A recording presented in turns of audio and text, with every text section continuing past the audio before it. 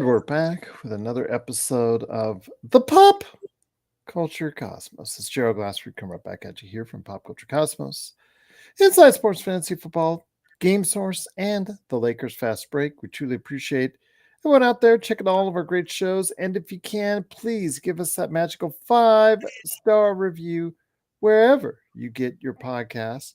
Plus, if you could like, share, subscribe today to get the latest notifications on when we go live on the air with the latest Pop Culture Cosmos, PCC Multiverse, the Inside Sports Fantasy Football, State of Pro Wrestling, and more. All the great stuff that we do right here. And you'll get the notifications if you subscribe today to us right here at the Pop Culture Cosmos.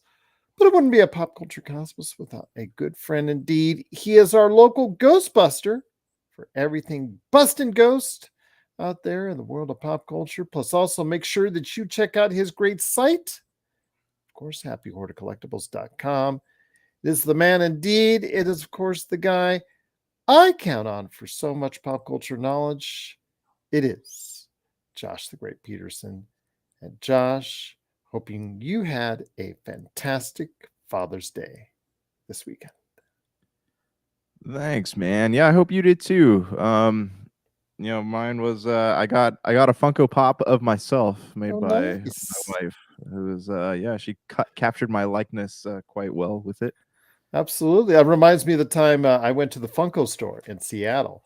And actually, they have a Funko machine where you can actually design there. My wife actually made one of her. So we Does have it one in the house. Yeah. does it do it on site? Mm-hmm. Yeah. They build Oh, on site. It cool. takes about 15 minutes. Yeah. Do they have a Of big course, old Funko plenty of store? time to shop in the Funko Ye- store while you're doing it. That's what I was asking. Yes, sir. Yes, sir. That could be a dangerous place for us to go. Yes, there's about 3 or 4 of them. It's as far as the machine setup. But yeah, it takes about 15 minutes, but it's a fairly large store. Not as large as I thought it would be. Actually, there I've seen retail stores that are, I guess, how should I say, specializing in pops, almost as big or even a couple times bigger than the Funko Pop store. But it's actually quite an experience to go there. Yeah, it's really cool and just enjoyable to go there just to see what they have on the cutting edge of Funko Pops there that they want to go ahead and sell there. So yeah, it's really cool. Absolutely. And definitely if you want to go ahead and make one, you can order. How did your wife order? Do Funko Uh, themselves? sh- yeah, she ordered via funko.com. So you can go over Yeah. there, go on their website and hit the like pop yourself option, and I think you upload like a picture, and um I'm not sure what the customization options are on there, but the one that she made was a pretty great rendition of me. So I'm sure there's a lot they could do.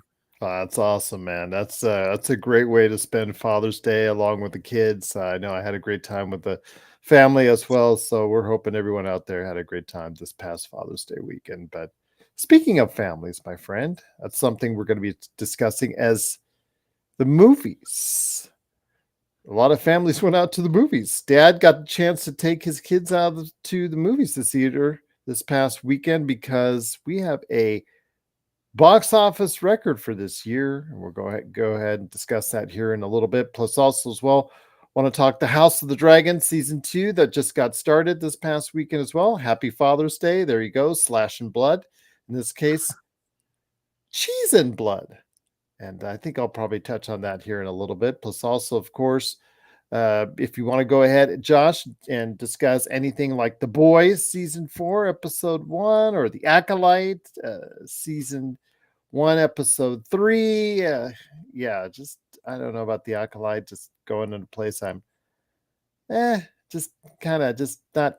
I don't know. Star Wars is doing it again for me. Again, if you want to talk about that, and then also Nintendo Direct actually for us, unfortunately, comes tomorrow. They just announced while I was waiting for you to get started here. Timing. Yeah, it's like while I was waiting for you, they said Nintendo Direct is tomorrow. So I'm not going to be able to talk about it with you unless it's next week, but I will be able to talk about it with Melinda as well on the Friday show. But yes, I want to know, Josh, your predictions for the Nintendo Direct. 40 minutes, not an hour and a half. like Xbox, not about a half hour like Sony, 40 minutes. What will they do in that 40 minutes? Please let us know your thoughts, Josh, coming up on the show as well. But first, my friend, we have to talk box office, and that would be starting with Inside Out 2. Just a great time this past weekend for the movies because it I don't want to say it has saved Pixar. I don't want to say it has reinvigorated Pixar, but man, $300 million worldwide and almost 160 of it here in the United States domestically. That's a darn good number. It's the biggest number by far of the year and the biggest number since Barbie. Your thoughts, my friend, for a company that is going into this year was not looking like it was headed in the right direction. They had about 15% of their staff laid off. I have some personal ties with a good friend of mine that does actually work there at Pixar. I will say that I'm very happy for them because Pixar looks like it's back and it's back strong once again with Inside Out 2. So I was thinking about this. All right. Like there's a couple things at play here. I think that one, awesome, great. I'm glad Pixar is back. I don't know if you say they're back, but I mean they did something good, right? This movie brought in about 295 million. Could go 300 if when the final numbers tally up. Yeah. So they had a few things working in their favor. Like, it was Father's Day. Also, like Inside Out was a movie that people really gravitated towards. Like the original one, I think did pretty well too. But also, what's different with this one, like the last few Pixar movies have touched a lot on what do you call it, like not social issues, but like it was reaching out towards different communities of people, right? With what was the last one that came out? The one with the Elemental. Elemental, They had Soul. There are a couple others before, but like Luca, yeah. And so, which is nothing wrong with that. Like I thought they were excellent movies. Like I still cry like a baby every time I turn on Coco. But with Inside Out, you're talking about mental health. Like these are emotions that everybody, it doesn't matter like what your skin color is or what your, gender or sexuality or whatever, like everybody experiences these emotions, right? Everyone experiences fear, anxiety, whatever it might be. So I think that Inside Out 2 reached an audience of everybody. It wasn't just about one or two groups in particular. Inside Out 2 is a movie that talks about things that everybody experiences, and I think that is one of the reasons people like it so much. It just is great to see that people are still able to go to the theaters for the right movie, my friend. And that to me is still what's the most encouraging. We were kind of worried if Dune Part 2 was going to be the biggest opening of the year until we get to, Despicable Me 4 and, of course, Deadpool and Wolverine. We weren't sure what was going to happen with the rest of the movies that were coming out during the box office summer season. So I'm glad to see Inside Out 2 was predicted at the high end, I think around 80 to $90 million domestically. So to almost double that is absolutely incredible. I think the weather may have had some of it to play because it's, really hot in several parts of the country. Also, of course, people have such great feelings about Inside Out, the original. I was watching on YouTube specialist on the box office, Dan Morell, who I give a lot of credit for really diving into the numbers on a weekly basis. Definitely check him out if you're really a box office nerd.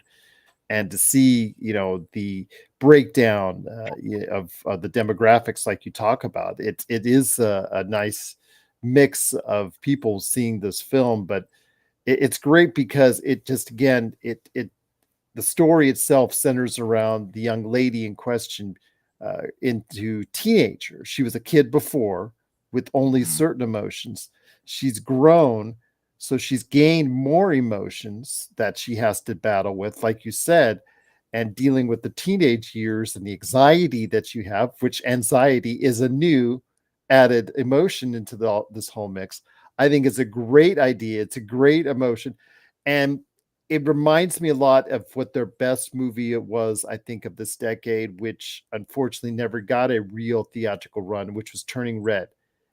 If you've actually Oh, seen yeah, I that forgot movie, about that one. Yeah. yeah, that's a movie that also deals with teenage anxiety in different fashions. So I think that they obviously have touched on other topics throughout the years, but I think they really have this teen tween, I guess, conundrum that the teenagers go through. I think they really have that down pat, and with Inside Out 2, they really hit a home run. It doesn't seem to have, from what we're seeing on reports and reviews out there, as much of the feels as Inside Out does, but it has enough of that good feeling back, and that it's enough to win the day. Whether or not it will sustain itself over the course of the long term, we'll see. I'm still thinking with the $300 million head start, $1 billion is definitely within reach. So I'm rooting for Inside Out 2 to see if it does very well.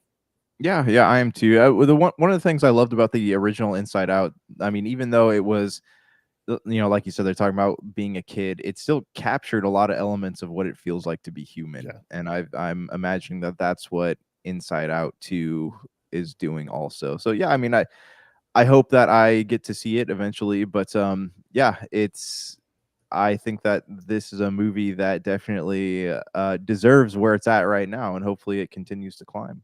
I hope so as well, because again, the theaters out there do need it to support the theaters and the theater going experience. You and I have been very adamant about the theater going experience for the right film. Yeah. I've seen Dune Part 2 3 times now, twice in the theaters, and it was an experience that I've not felt in quite some time.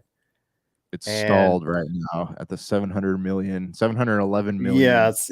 that's as far as it's going to go. Actually, it's now, well, to give you an idea, I saw it coming back from Hawaii. So it's now Mm, in airplanes and yeah, HBO Max. So yeah, yeah, it's done at that point in time. And I guess for an adult sci-fi movie, which kind of is, it just, I guess it's about as good as it's going to get. So that's I mean, what it is. So it is no longer the biggest movie of the year, most likely, and it looks like in the next 2-3 weeks we're going to see Inside Out 2 pass it. So that's great news for the box office, because there was very great concerns heading into this weekend what exactly would do good numbers. Bad Boys, Bad Boys 4 did pretty solid numbers. It did above expectations, and it looks like it's going to be a decent hit.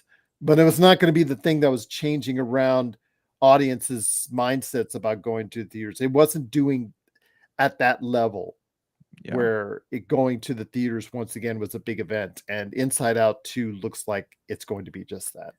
You know what though? I'm feeling with Deadpool we're gonna see a rejuvenation of the box office also. I hope so, my friend. I sincerely hope so, because it just would be so great to see people going to theaters again. I understand it's costly. I understand it's not as uh, budget friendly as it once was, but for the right film, I think it's just so good to go and see it in the theaters, and I'm glad, because Inside Out I did see in the theaters and obviously got the feels from it big time. Inside Out 2 is hopefully doing something near the same, and even if it's not as good as Inside Out, people have enough good feelings towards Inside Out 2 that it will sustain itself for the rest of the summer. And like you said, after that, Despicable Me 4, A Quiet Place Day 1, and then, of course, leading into Deadpool and Wolverine. Hopefully, we can still salvage a good summer. And then, hopefully, going forward, we can actually talk about movies doing well at the box office once again, because it gets tiring, you and I, that when you talk about this movie disappointed, this movie disappointed, this movie disappointed week after week after week. It seems like we're the bearer of bad news, and that's not really good to have in pop culture. Yeah, yeah, I absolutely agree. So, what are your thoughts out there on Inside Out 2 scoring a massive hit for Pixar at the box office? Pop Culture Cosmos at yahoo.com. My friend, before we hit the break, though, we are going to face the franchise with the Pixar franchise of movies. I wanted to go ahead and spring that on you. We've had this discussion before a few years back in regards to our favorite Pixar films, but this reigniting of Pixar films, because even Pixar itself was in a state of flux. Elemental, which started off really bad, ended up almost generating almost about $500 million at the box office, and was a huge hit on Disney Plus. So it recouped itself in some ways in regards to that. But there was the disaster known as Lightyear. Then there was the movies that they couldn't put out in theaters because Disney Plus, Disney put them out straight to Disney Plus. So I told you earlier about what's gone on for Pixar leading into this film. Your thoughts on the Pixar franchise? Why does Pixar stand out to you? I think because Pixar, the name brand, that Inside Out 2 really got a lift from, it still has cachet. It still has weight with movie audiences. Why is that the case? Well, I mean, their branding is really good. I mean, you go back, you think about Pixar, and like my mind doesn't even connect the movies like Turning Red or Soul or whatever. My mind connects it to Toy Story, right? My mind connects it to Monsters Inc. and A Bug's Life, like those, and Incredibles. Even like those were back in the heyday of Pixar. But if you look, something happened like around the time that where I want to say 2015, something happened where the movies coming out of Pixar just were not as great as they once were, or it just seems like the quality of film coming out was not that great anymore because they weren't putting out one movie every 1 to 2 years. They're putting out 2 to 3 movies every year. So I think the quality control, much like with Star Wars, was not great, and I think that had an effect on the studio that we are still seeing today. So, with that said, my friend, again, I'm just happy to see that the Pixar name and the Pixar brand get some love, because in recent years it has been it's taken its lumps, to say the least. But with that said, I want to go and hear. I want to revisit our conversation we had a while back, because there are certain Pixar films that resonate with you, and there are certain Pixar films that resonate with me. I know that our love for Pixar films actually is kind of similar in many ways. So tell me your thoughts on some of the Pixar films that really resonated with you over the years. So Toy Story is definitely up there for me, the first one, because that was actually the first movie I remember going to see with my entire family. Like my Mhm. before, like my mom would take me to the movies. Never went to the movies with my dad until we saw Toy Story. So it was me, my mom, and brother and sister went to see Toy Story. So that really stands out to me. But also, it's just a fantastic movie. That was, I remember the marketing was done so well. Like I wanted to collect all the toys. So Toy Story is definitely up there. I remember Monsters Inc. was a good one. Like Bugs Life, I was kind of a take it or leave it for me, but there's Monsters Inc. Finding Nemo did not actually hit that hard with me. I know a lot of other people really liked it, but The Incredibles, I really loved Ratatouille. Just saw Wally for the first time a couple months ago, so that was pretty good. Really? I just had never. So I worked at Best Buy back when this movie came out, and like I'd seen so many like trailers and like making of docs playing on the TVs all the time. I was just like, I don't really feel a need to watch this, but lo and behold, it's actually a pretty good movie. But other than that, like I kind of fell off the Pixar wagon until there were Incredibles, and then Coco was the last one I watched that really kind of like hit me in the feels there. So there's a lot of movies out there that just don't that they've done that just they're not my favorite, but I do know people who enjoyed them. Like again, like Finding Nemo seems to be super popular with them, and Cars, I think they kind of killed a little bit. Oh, Up was What sorry, Cars Up 2 was is good. always considered the best by far. Yeah. Cars 2, yeah, Cars 2 is the one that of the 3. I'm not a big fan of the Cars movies outside of Yeah, Cars 2. they don't do too much for me. What about Mm. you though? Tell me. I mean, I'm not like a Pixar super fan, so tell me, like, and I don't know if you are either, but like, tell me what movies resonated with you. I've seen most, but not all. But I've told you before, I think our conversation on this, it's great because we haven't had these. We've done so many of these now. We forget about the conversations we once had. But you can always check it out, everyone, in the archives, on especially if you've got it on audio. I will say though, for me, it starts and stops with The Incredibles. Okay. The Incredibles 2, both of those films are really, really good to me and hit home. I do get the feels with many of the Pixar films because they always go for the gut punch Oh, right there yeah, for absolutely. you. That's what they're appealing to, and they do a good job of it. Yep, I do like Turning Red a lot. I really think that is a very well-made film. Wall-E, Up, those are classic films to me. I think Wall-E is really underrated and gets forgotten about as far as a film is concerned. So I'm glad you got a chance to finally check it out. I know that some of the other films, it just seems like there's now Pixar's at the point where there's a lot of films that just go under the radar, whether it's Soul, whether it's The Good Dinosaur. There's a lot of films that they've made that now really don't get the kind of love. Onward, because of it came out right just as the pandemic hit, that will never get the kind of full love it receives. I think that movie's a solid film as well. But when it comes right down to it, I think the Toy Story films, that's what I think is probably what the main set of films I think that people will remember Pixar Oh, by. And absolutely. And you go to Disney yeah, World or Disneyland, you see Pixar's branding everywhere within like the Toy Story, exhibits. it has the right mix of emotions, but resonates with both young and old with the Toy Story films. And that's what I think. And now that people have grown up and lived entire lives since Toy Story 1 has come out, it's like something that you've become a part, it's become a part of your life. Yeah. So I think they have in it for one more. I think they should have stopped it after 3, but Toy Story 4 wasn't bad. So I think that a Toy Story 5 is probably what they're gonna have to do to It's go ahead and already slated for a June 19th, 2026 release. yeah, well, there you go. See? There you go.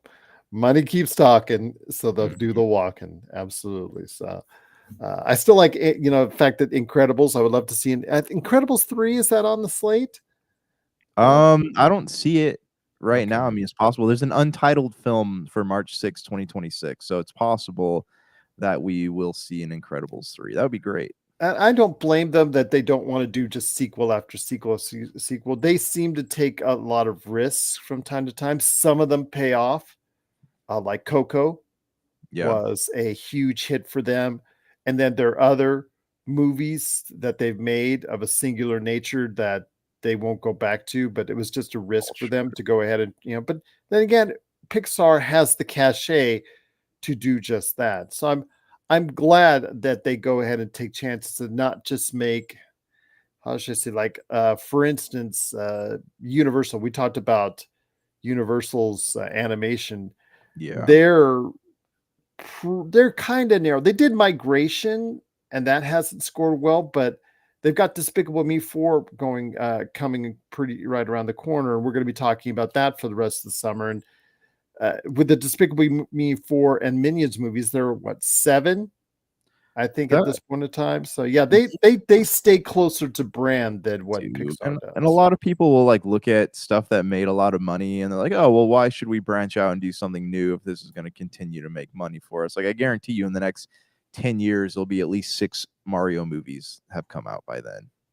Because Yeah. that's also Illumination did that one too. Or anything relating into the Nintendo, like a Legend of Zelda film or something like that. Yeah. They're not going to stray too far from the past. So that's why I think Migration was kind of surprising to me Yeah. that they did that, because they're so much still reliant on just staying within that box. So it's good to see them branch out, at least try to do that. But Pixar, as they've shown, they're willing to take their lumps in order to go ahead and try and put out stories they want to tell. And I'll give them credit for that. They do try to communicate stories. I understand sometimes that people go off on them for other reasons, for social messaging or something. That's what I get that, but Pixar, it seems when they can throw out the right film that tells the right message and the right story to a wide audience people, it just really resonates and makes things special. And Inside Out 2 looks like it's done just that. Yeah, absolutely. So another thing people don't know about Pixar, though, is that they also had a hand in doing the American localization of a lot of the Studio Ghibli films. So that was back when Disney and Studio Ghibli, I think they were there's a partnership between the two of them. Mm-hmm. So yeah, I mean that's just another fun fact. So you can thank Pixar for your English version of Howl's Moving Castle. Nice. One thing I do like the fact that they do is the shorts that they usually throw up before their main films. They usually get a lot of credit for it and a lot of applause and a lot of good things and goodwill and awards for their shorts. But I do like the fact that that's where they came from, because you remember the shorts for Toy Story came out of a short. Pixar Right, came that's out right. of came out of a short, so they remember where they came from, and they still do apply that. And I was in Hawaii. We were listening to music on the rental car. One of the songs that my wife played was from Lava, the short there. Mm, Yeah, and it was just, my gosh, tears are flowing as we're driving down one of the most scenic and most beautiful parts of the island. We're just like all yeah. gushing out with tears because we remember that short because of how beautiful it was. So yeah, it just, Pixar seems to have done a lot right. I know that they've had a really up and down recent past, but Inside Out 2 looks like it's gotten them back on the straight and narrow, and it looks like it's gotten them back in good graces with the public and, like you said, with Disney once again. Yeah. Yeah. I mean, they're a great studio. Like every studio, they're gonna have their ups and downs, but they've luckily they've never done anything. I think Luca is like grossed 49 million or something. That's like the lowest one they have. But other than that, everything seems to be doing pretty okay for them. I think the Lightyear one, that one was weird because, again, narratively, it doesn't make real sense based off the Toy Story. It's kind of related and it's kind of not related to the Toy Story line, and the way it narratively doesn't make sense with spoilers, the father story, a part of it, if you Yeah. actually pay attention to it, it really doesn't make sense to what happens in Toy Story. Yet it's related to Toy Story, yet it's not related to Toy Story. So yeah, that part, I think that movie, I think, was a mistake in and of itself, but they rarely do make mistakes. And I'm just glad to see them back on the right track with Inside Out 2. But if you have thoughts on the success of Inside Out 2, or if you have a favorite Pixar film, what is your favorite one again? Oh, my favorite one is, I mean, well, Toy Story, of course, like the original. Okay. All right. Inside The Incredibles is mine. But if you have a favorite Pixar film and you'd love to share it with us and why, please let us know. Popculturecosmos@yahoo.com. Well, my friend, 1/2 hour down, 1/2 hour to go here at the Pop Culture Cosmos. It is Josh the Great Peterson from, of course, happyhoardercollectibles.com. And of course, me, Gerald Glassford, as well. Thanks so much again to all the great radio stations that listens to our show, and to everyone out there watching and checking us out on podcast outlets everywhere.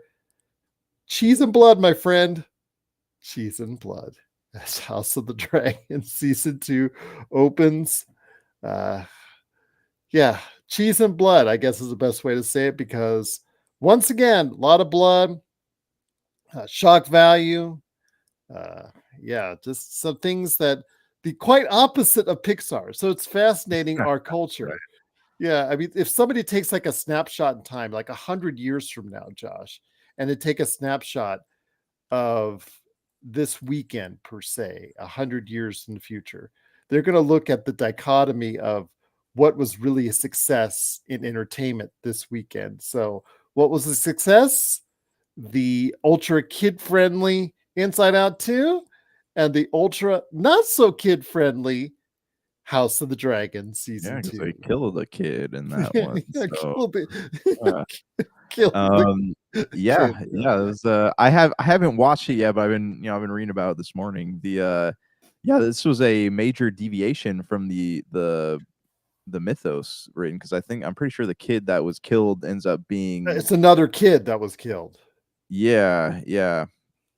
No, no, I think the kid that was killed is a someone who is not killed until Yeah, I'm they're like saying they in the book they killed another kid, I think. gotcha, Yeah. gotcha. Okay, all right, Even yeah, though at the end of season 1 they killed the kid. yeah. There's like no, and that's what they're known for, though. That's what the Game of Thrones series, or at least as it exists on Max, is known for, right? The Yeah. strikingly shocking episodes were the same thing. Remember with I think it was one of the season finales ended with like the red wedding, right? When not Yep. Jon Snow, but his brother, I forget what his brother's name was, gets killed at his own wedding. Like that was they certainly don't hold back, I guess. No, and that's what fans have come to expect. That's what you when you and I watched it and were, you know, pleasantly entertained in the good years, the good seasons of That's Game of sad Thrones. commentary on us though. Yeah. Like, again, people will look back on it. Historians will look back on this weekend and say, "What What's the the matter heck with these is?" people? Exactly, exactly. The ultra family friendly Inside Out too. Oh, that's sweet. I was like, what in the world are you people watching when you got home from the theater? My Yeah. gosh. Because there were some people on Sunday night, they just got home from the theater, just watching Inside Out 2. And I think I'm going to go watch some Cheese and Blood. Cheese Yeah, and for Blood. real. Right. Cheese and Blood are the names and monikers given to the individuals, I guess, responsible for the said adolescent murder, for lack of a better term, or the toddler murder, excuse me. So, yeah, it's again House of the Dragon, but that's why it fascinates so many people. That's why it has garnered such huge ratings. And that's the one thing I want to ask you, my friend, because people were in so anticipation of House of the Dragon coming off, and this is something that kind of surprised us, I think, or at least me at the time House of the Dragon season 1 was around, was the fact that you and I and a lot of other people had a bad taste in their mouth with Game of Thrones when that ended, because you and I were just seething and loathing at the end of that series, going, what the heck went wrong? Yeah. And people just like they forgot about it. They swept it under the rug. They said, "Oh, we're getting back the cheese and blood and all the good stuff that was what we saw in Game of Thrones with House of Dragon season 1, and we're getting more of it here." It's interesting because I think George R. R. Martin had a lot to do with the vitriol over the ending to Game of Thrones. Like, yeah, it was awful. Like, because and then after all the backlash from that came out, he came forward and said, like, hey, this is not how the books are supposed to end. And whether or not we'll ever see the ending of the books is anyone's guess right now. But um, so that put a lot of the fans are like, "Oh man, well, why did they deviate? Why did they do this?" Because let's be honest, nobody liked that ending. Not that we were expecting like a fantastic ending, but we weren't expecting that.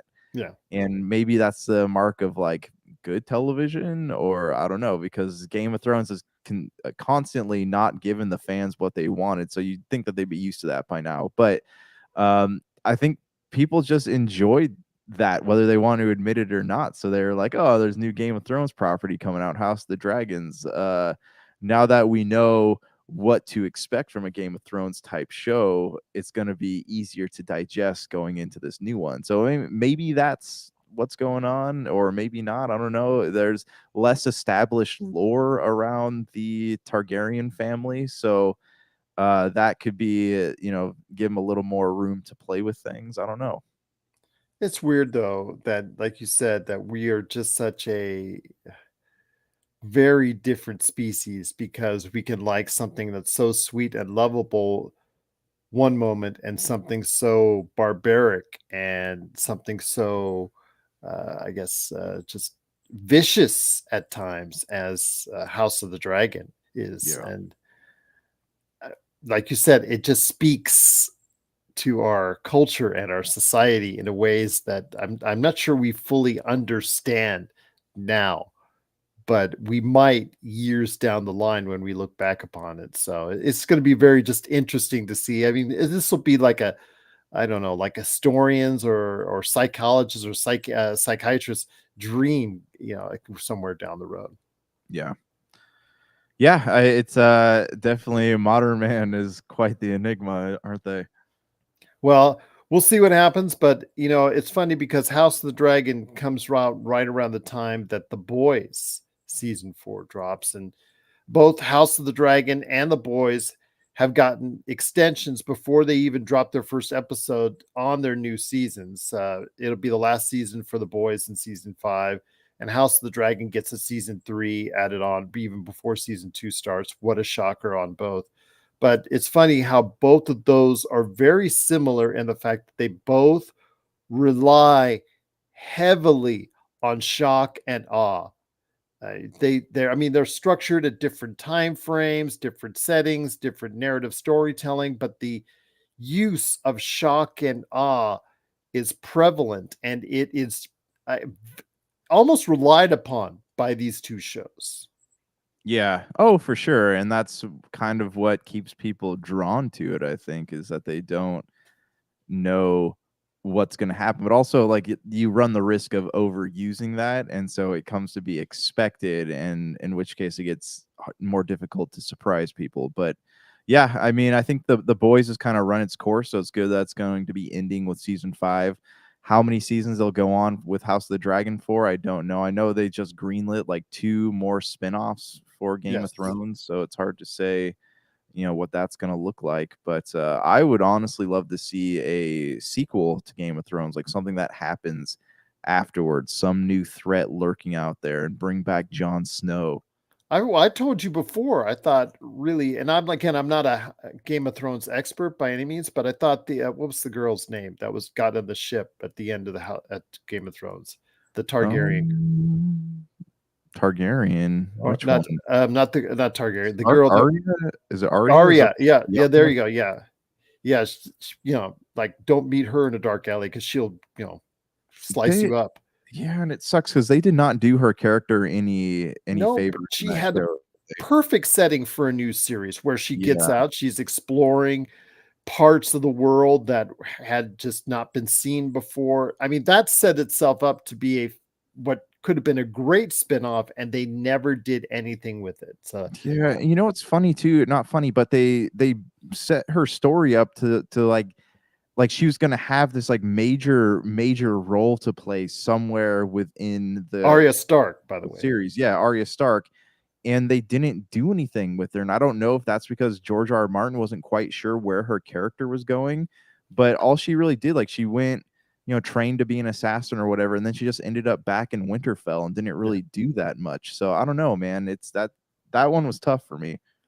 I mean, well, she did kind of help with that ending, kind of was the Yeah, yeah. yeah, not Yeah. not not. It could have been better though. It could have been better. But yeah, again, she had something that was all set up for her going forward, and they did nothing with it. So I'm hoping maybe they'll try to revisit that and see, because great adventures could be there. But it is, of course, House of the Dragon. I do want to mention with the boys before we head out. Speaking of shock and awe on episode 1, season 4 that just dropped, because I really thought that was a bad announcement by Amazon to say that season 5 was going to be the last. Was because now it just seems like season 4 is just a filler season, and Yeah. everybody's just waiting for the shock and awe of what will happen in season 5. Yeah, but even like right now, it's hard to predict like where season 5 is going to go. I know with the introduction of like the superhero drug that everybody's been taking, it's kind of is leading towards one particular outcome. But it's yeah, right now it's I'm not personally I'm not able to predict where it's going from here. It's got the election theme behind it and all that because it's trying to mirror what's going on in real life here in the United States. So we'll see what happens. But it is The Boys season 4, episode 1. We'll go ahead and monitor it along the way. Plus, also as well, of course, House of the Dragon, Cheese and Blood. So if you have thoughts on that, please, we'd love to hear it on that. House of the Dragon, of course, like I said, The Boys, anything that's out there. The Acolyte, before we hit the break, my friend, The Acolyte, I had said on the Lakers Fast Break, The Acolyte, the first 2 episodes, again, I'm not big in the High Republic era. This is giving me a lot of prequel vibes, and that's not great. But I thought, okay, it's all right. It's nothing really all right. But then I saw episode 3, and episode 3 was just dull. Episode 3 was Yeah. dull, and how the fire that was set there, how it killed off all the witches. And again, putting the witches into this mix with the Force users and the witches. I mean, I see it in Ahsoka. I'm not sure I see it in the High Republic era, but okay, I guess it is part of the High Republic era. It just it was a dull episode and did not make things very good as Isn't far as yeah. So I'm getting trying to straighten up my Star Wars lore. The witches, aren't they the Dakromir, right? That's the planet they're from. Like, I is that think so. Yeah, yeah, Where Darth Maul was originally from? yeah. So I guess it just they were part of the High Republic era. I had no idea. So Yeah, yeah. So I did get a chance to sit down and watch the first two. They're okay. I mean, I didn't they're see okay. anything. I didn't see anything terribly wrong with them. But The episode third 3 episode, was the yeah. yeah, it was. They could have.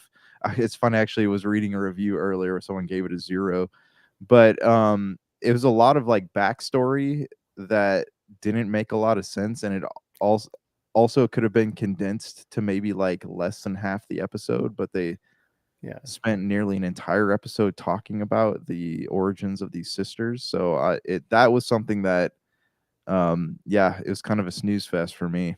Plus also the fact that the fire that was set has somehow killed off with due to smoke inhalation, I guess, all the sisters there, but somehow Oshi and the was it Jin, who's the I guess the Jedi that saves. Yeah, somehow they're miraculously running through while everybody else dies of smoke inhalation, which just Yeah. just okay, all right, whatever. But the fact that you have the Jedi once again, the Jedi just are so naive. They're made to look so naive, Josh. And this series does not help that out. And it just the prequel era is just so bad to me. And now I'm just it's reiterating my bad feelings on the prequels. But just the fact that the Jedi are just so monumentally naive Yeah. and they're portrayed that way. Okay, the stormtroopers can't shoot, and the Jedi are always naive. Yeah. They're supposed to be so smart and so all knowing, yet they know very little about the world, the universe around them. Yeah. You know what's George Lucas, like, say what you want about the prequel trilogy, like it wasn't great or whatever, but George Lucas did a great job of, in the individual movies, he did not put any flashbacks in those movies at all. Like, he did not have to. The prequel trilogy, yes, he had to go backwards to tell the story, but that was because he didn't have the technology, I guess, to tell it when he wanted to. But in the movies themselves, they never stop in the middle of a storyline and all of a sudden go into the past. Like, they don't do that. He doesn't focus a lot on telling backstories, and he keeps the stories moving forward. Like, they mention backstories in dialogue exchanges, but that's where a lot of the modern Star Wars stuff has really hit a snag, because when they start to go backwards to try to explain all this stuff, none of it ends up making any sense. And I think that that's the snag we're hitting with the Acolyte right now. So, what are your thoughts on the Acolyte? Episode 3, episode 2, episode 1, the series so far, plus also as well, of course, House of the Dragon, and of course, The Boys. Please let us know your thoughts, popculturecosmos at yahoo.com.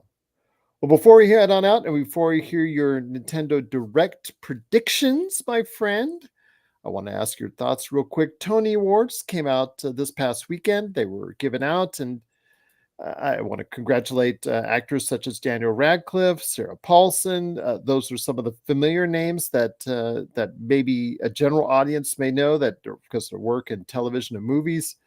Jeremy Strong. But I want to ask your thoughts on this. It just seems to me the Tonys are big to a certain group or base, and I watched plays, I watched the theatrical presentations. I was just very moved by the musical interpretation of Into the Spider Verse, which I got to chance to see reimagined here just a few months ago. It just seems like that the Tony Awards are just basically it's Broadway, and it just seems like it's just so. Am I wrong when I'm saying it's far removed from what the general audience is out there? So it just seems like when the Tony Awards given out, or when the Tony people that care about the Tony Awards, it just seems like a targeted few are interested in what the Tony Awards are all about. Yeah, it's definitely a very niche award show, and I honestly didn't even know that it was going on. So But until yet you it's one mentioned of it, the it's like the pretty cool. EGOT. In order to get the EGOT, you have to get a Tony Award. So it's considered one of the top four entertainment awards every year. Yeah, I mean, I don't. Yeah, I understand that, but it's the I don't know. I don't think Broadway is it hits as much of an audience as people think. Like I think it's not many people go to Broadway shows that sit down and like watch movies and television and things like that. I think. It's just again, it's not meant to denigrate in any way, shape, or form the great work that they do. I've actually performed in plays a long, long time ago, so I understand in just a small amount what it takes to go ahead and do that. But it's just, I also maybe it's the fact that also had these shows have to appear on Broadway in order to Hmm. qualify for the Tonys. Maybe that's why. I don't know. Maybe it just seems like it's just a smaller award that has a more illustrious back history Yeah. than it, from yesteryear than what it does today. Right. Right. And I feel like Broadway is not as accessible for people I as agree. That's what I was trying to say. That's very very yeah. well said. Yeah, because I mean, two factors. One, Broadway shows only happen like in one place, right? You don't have. They've been showing some Broadway shows like in theaters, but Well, they there's for the most part Broadway and off Broadway, but off off Broadway. Broadway Yeah, is never really talked about when it it's comes not to the same your thing, yeah right? your Exactly. So area. it's not as accessible as say watching a television show, and I think that that's where it sort of falters. But um, I don't know. I don't know. I'm not a dramatist or a someone who knows a lot about plays and stuff, so I could be wrong. I just thought I'd bring it up because we don't talk about it much in the realm of Mhm. pop culture and entertainment, but yet a lot of the stars that we see today do spend some time on Broadway. So I just thought I'd bring it up. But yeah, if you've got thoughts out there on the Tony Awards, winners, but also theater in general, on what you think may be able to allow it to connect to a larger general audience, or does Yeah. it do it already? Please let us know. Popculturecosmos at yahoo.com.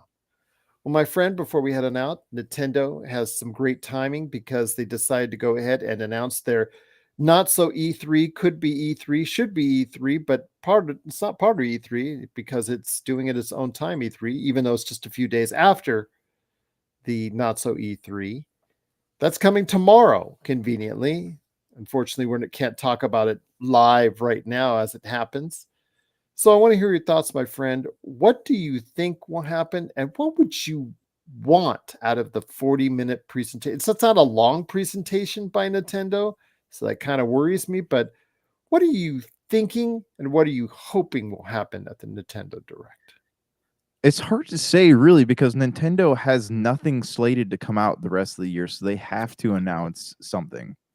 And Exactly. whether it's a remake or a remaster or just a re-release of something that I'm sure we'll get to see that. I don't think we're going to be seeing like a Metroid or anything like that, but it's possible we'll get some sort of like Mario remaster, or who knows? Like I don't know like where the rights are for Donkey Kong, so maybe we'll get something like that. But I think that they are going to be talking, or at least I hope they'll be talking about the Switch too, and maybe let us know that there's some sort of like Mario game coming out on the Switch too when it's ready to be released. And because I mean, think about it, like they've already redone the Switch one, right? They've already put out a ton of remakes already this year. So what could they possibly say anything about right now that people are going to care about beyond the Switch 2? And what are they going to put out during the holidays that are going to keep them afloat through the rest of the year?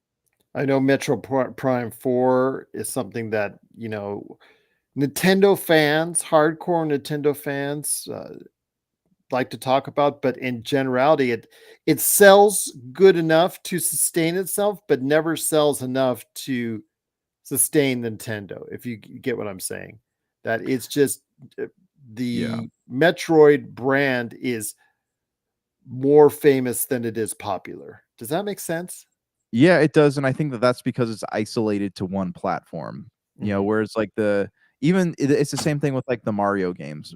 They are isolated to one platform. So while they do sell a lot and the collector value of those is maintained within those games, the wall's gonna come quick and fast. Whereas as opposed to like games that are spread out among multi platforms, right? There's not going to be that wall, as far as the sales figures go. So it's really hard to for a game like Metroid to reach the audience that say like a Halo or a Gears of War does.